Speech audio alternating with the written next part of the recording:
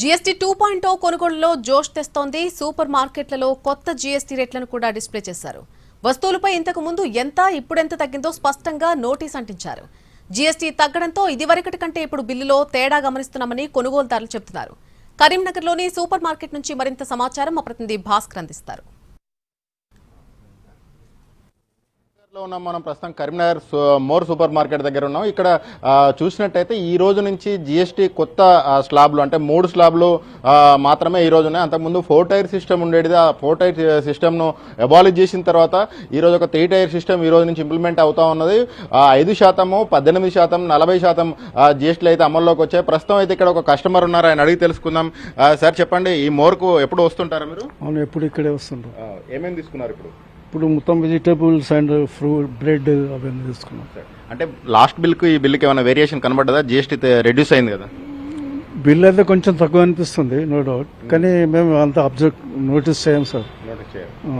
అంటే ఏ వాటికి తగ్గిందని స్పెసిఫైగా ఏమైనా చూసారా? ఇప్పుడు ప్రస్తుతం అయితే చూడలేదు, ఇంటికి పోయి చూస్తాం.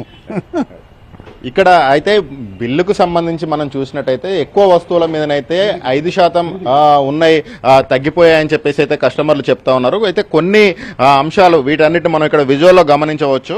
అల్ట్రా హై టెంపరేచర్డ్ మిల్క్ అంటే ఇది అది ఒక టెట్రా ప్యాక్లో ఉండే మిల్క్కు తగ్గించారు. అయితే రెగ్యులర్ మిల్క్ అయితే తగ్గించలేదు.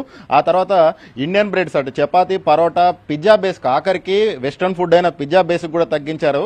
ఇడ్లీకి, వడకు, ఈ ఇడ్లీ, వడ, దోశకు ఉపయోగపడే వస్తువులు ఏవైతున్నాయో వాటికైతే తగ్గించలేదు.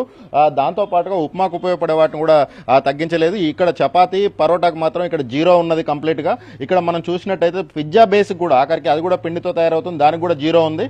మిగిలిన ఈ పన్నీరు వీటన్నిటిని 5% ఉన్న వాటన్నిటిని జీరో తీసుకొచ్చారు. 12% ఉన్న వాటన్నిటిని 5%లోకి తీసుకొచ్చారు. 18% ఉన్న ఈ కన్ఫెషనరీస్, చాక్లెట్స్, క్యాండీస్ అంటే ఈ చాక్లెట్లు ఏవైతున్నాయో చాక్లెట్లు అన్నింటినీ, ఆ తర్వాత ఇతర అంటే తీపి వస్తువులు వాటన్నిటిని కూడా ప్యాకేజ్డ్ తీపి వస్తువులు అన్నింటిని కూడా 5%కి తీసుకొచ్చిన అదైతే మనం విజువల్లో గమనిస్తూ ఉన్నాం. టూత్ బ్రష్లు, టూత్ పేస్ట్లు ఇవన్నీ కూడా 18 నుంచి 12 నుంచి 5%కి అయితే కొన్ని వస్తువులు వచ్చాయి. మిగిలిన వస్తువులు అంటే రెగ్యులర్గా ప్రజలు వాడే పాలు ఏవైతే ఉంటాయో పాలను జీఎస్టీ పరిధిలో పాత జీఎస్టీనే కొనసాగిస్తూ ఉన్నారు. వాటికి ఏమాత్రం తగ్గింపు అయితే లేదు. టెట్రా ప్యాక్లకు ఉన్న పాలకు మాత్రమే అంటే ఫ్రోజన్ ఫుడ్స్ వాటికి మాత్రమే తగ్గింపు అనేది ఉంది. పన్నీరు వీటన్నిటికి కూడా తగ్గింపు ఉంది తప్ప రెగ్యులర్గా ప్రజలు దైనందిన జీవితంలో వాడే పాలకు మాత్రం తగ్గింపు లేదని చెప్పేసి అయితే చెప్తా ఉన్నారు. మనం ఇక్కడ విజువల్లో చూడొచ్చు, చాలా సరుకులన్నింటినీ తగ్గించారు. తగ్గించిన సరుకులు వాటితో పాటు అంటే ప్రజలకు ఎక్కువగా ఉపయోగపడేవి కాకుండా ఇవి నిల్వ చేసిన వస్తువులు వీటిని మాత్రమే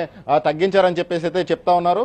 దీనికి సంబంధించి మనం చూసినట్టయితే ఇక్కడ విజువల్లో గమనిస్తున్నాం, ఇది మొత్తం నిత్యావసర సరుకుల మార్కెట్. నిత్యావసర సరుకుల మార్కెట్కు సంబంధించి అయితే నిత్యావసర సరుకులు మాత్రమే ఉన్నాయి. అయితే మరోవైపు చూసినట్టయితే అక్కడ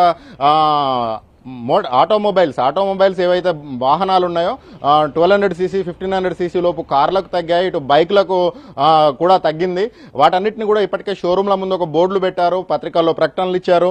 వాటితో పాటుగా ఏ వస్తువులు తగ్గాయో ఆయా షోరూమ్ల దగ్గర పెట్టారు. అయితే కస్టమర్ల నుంచి ఎటువంటి స్పందన వస్తుంది ఏంటనేది అయితే ఈ రోజు గడిస్తే కానీ చెప్పలేము. ఓవరాల్గా అయితే ఒక మిశ్రమ స్పందన వస్తుందనే చెప్పవచ్చు జీఎస్టీకి సంబంధించి.